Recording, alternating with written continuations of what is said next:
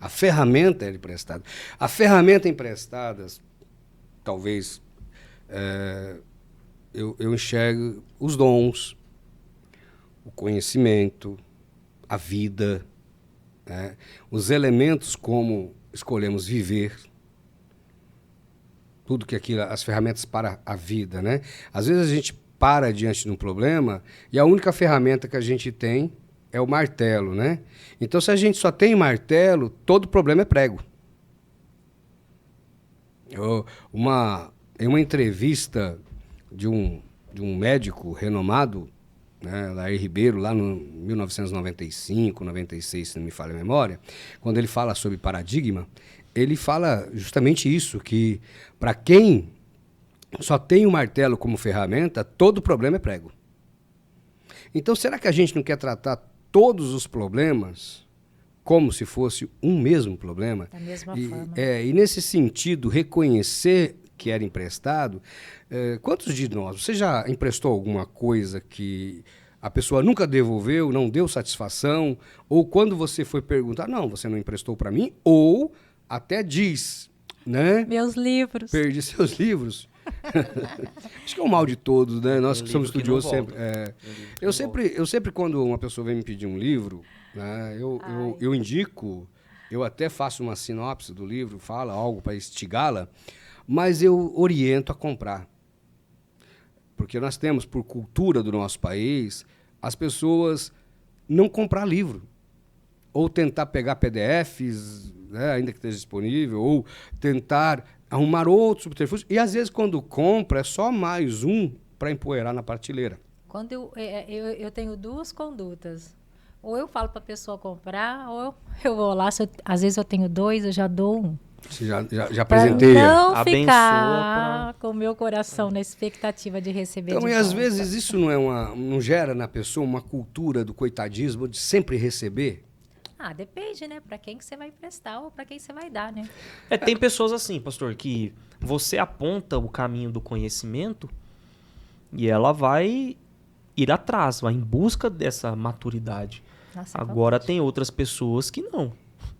Pessoas que... Então, você imagina... Isso a gente vê muito trazer no pra Instituto trás. Teológico. Sim. Gente, tem pessoas que é fantástico dar aula.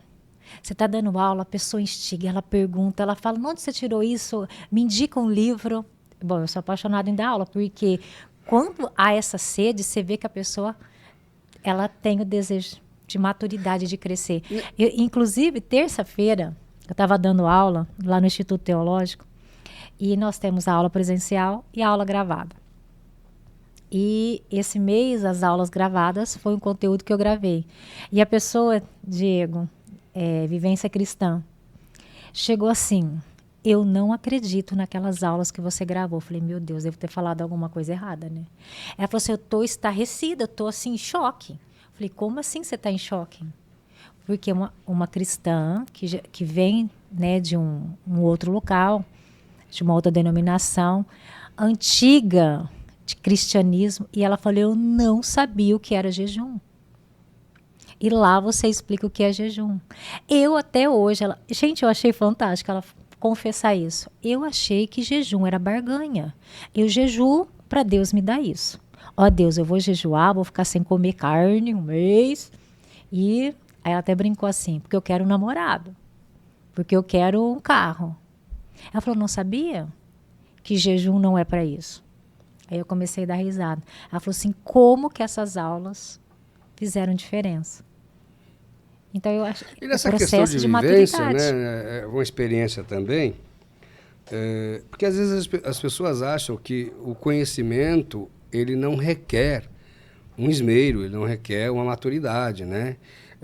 Você é especialista em teologia pela Universidade Estácio de São Paulo, né?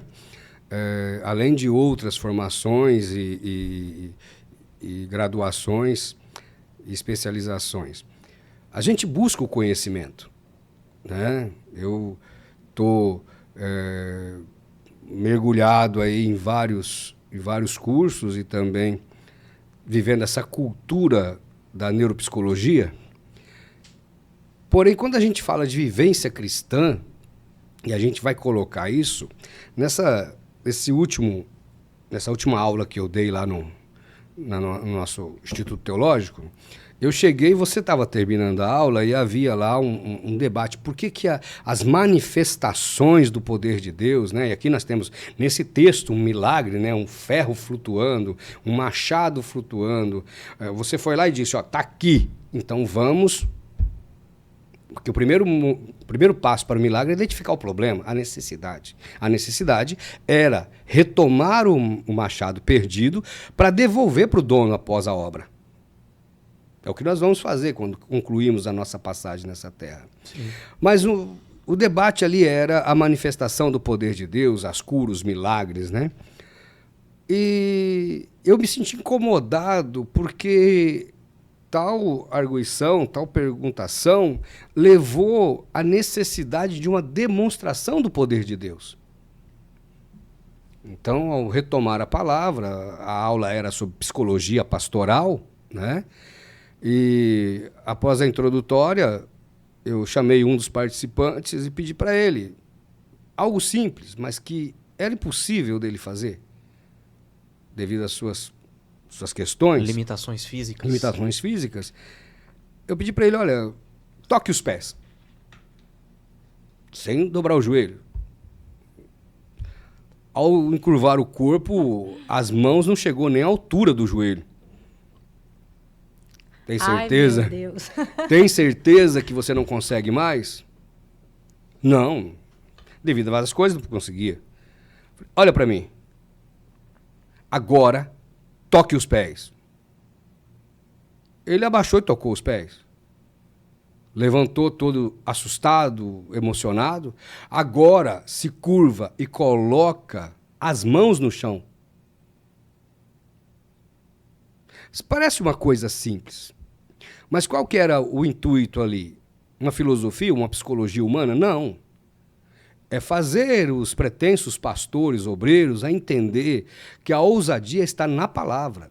Desde a comunicação deste servo, desse discípulo, ao seu superior, ao seu profeta. Olha, o machado era emprestado, caiu na água, caiu ali. Ele responder qual era a necessidade para o profeta, e o profeta vai lá e reforça o porquê eles estão ali alargando a casa. Nós temos aí um episódio, uma cena tremenda do grande Naamã, né? um líder do exército do rei da Síria. Ele toma carta devido à sua necessidade, à sua lepra, e ele parte para Israel, e às vezes a gente tem essa construção mental de que o profeta é aquele que tem o carrão, é aquele que tem a roupa de marca, de qualidade, que tem um vislumbre, que quando Naamã chega em Israel, ele vai direto ao rei. Ó. É titularidade, é porque ele é o rei, porque ele é o monarca, porque ele se veste como monarca, tem cara de monarca. E para a cultura de Naamã, quem tem o poder para curar, quem tem o poder para dar desígnios, propósitos, quem tem maturidade suficiente, é o seu rei, o seu imperador. Então ele procura um imperador. E às vezes, eu penso assim, às vezes o pastor da célula, o líder da célula, ou um irmão dentro da comunidade de célula, ele tem esse poder. A ferramenta ali, o machado dele, é o dom que foi emprestado, a autoridade de reivindicar a palavra, no meu ver. Mas o Naamã vai direto ao rei. O rei entra em desespero, porque às vezes, quantos de nós, né, recebe uma pessoa, a pessoa chega lá com um câncer, chega lá com uma patologia mental ou com uma patologia espiritual, chega lá com uma necessidade de uma cura miraculosa, milagrosa, e você fala, e agora?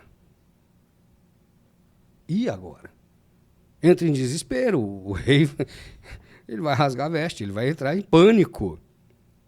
Aí, quando ele conta a história, o Naamã conta a história, eles mandam ele para Eliseu.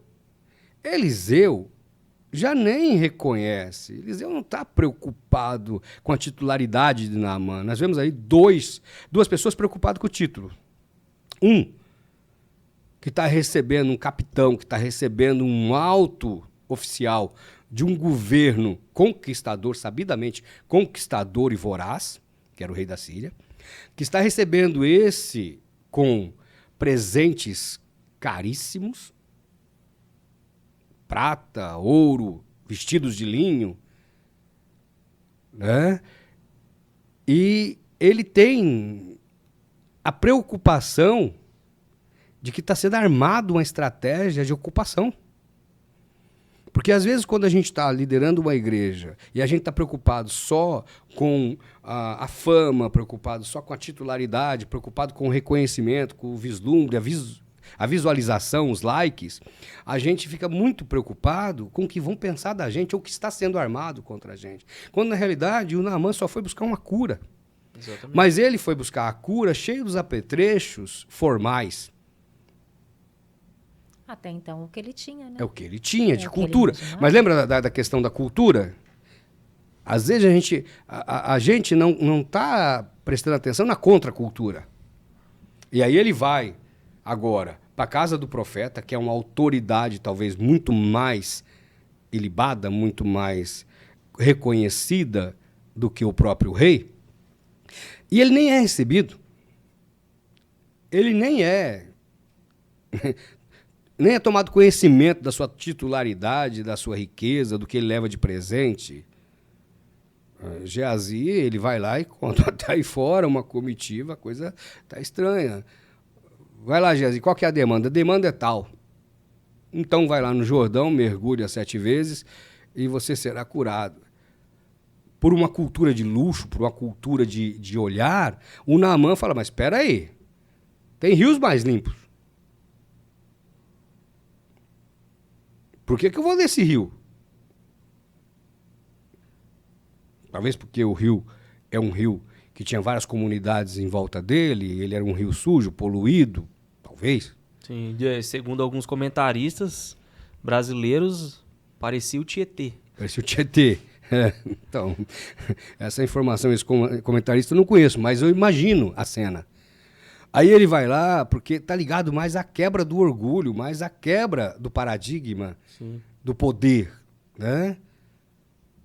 O que Geazi, o moço, se encantou com o presente, os 340 quilos de prata, sim, com o linho, com o ouro, com a comitiva, com a aparência, né? Imaginemos hoje, chegar na porta da sua igreja, né, um monte de influencers, reconhecidamente influencers. Aí eles colocam os seus carrões, né, top, aqueles carrões caríssimos. Será que a gente vai agir como rei, vai agir como profeta ou como Geazi?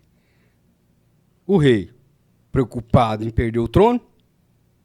O profeta não toma nem conhecimento, porque ele não está ligado à cultura dele, e a contracultura dele não é o patrimônio e o luxo, e sim servir a Deus. E o auxiliar do profeta, que está mais preocupado, o que eu vou ganhar com isso?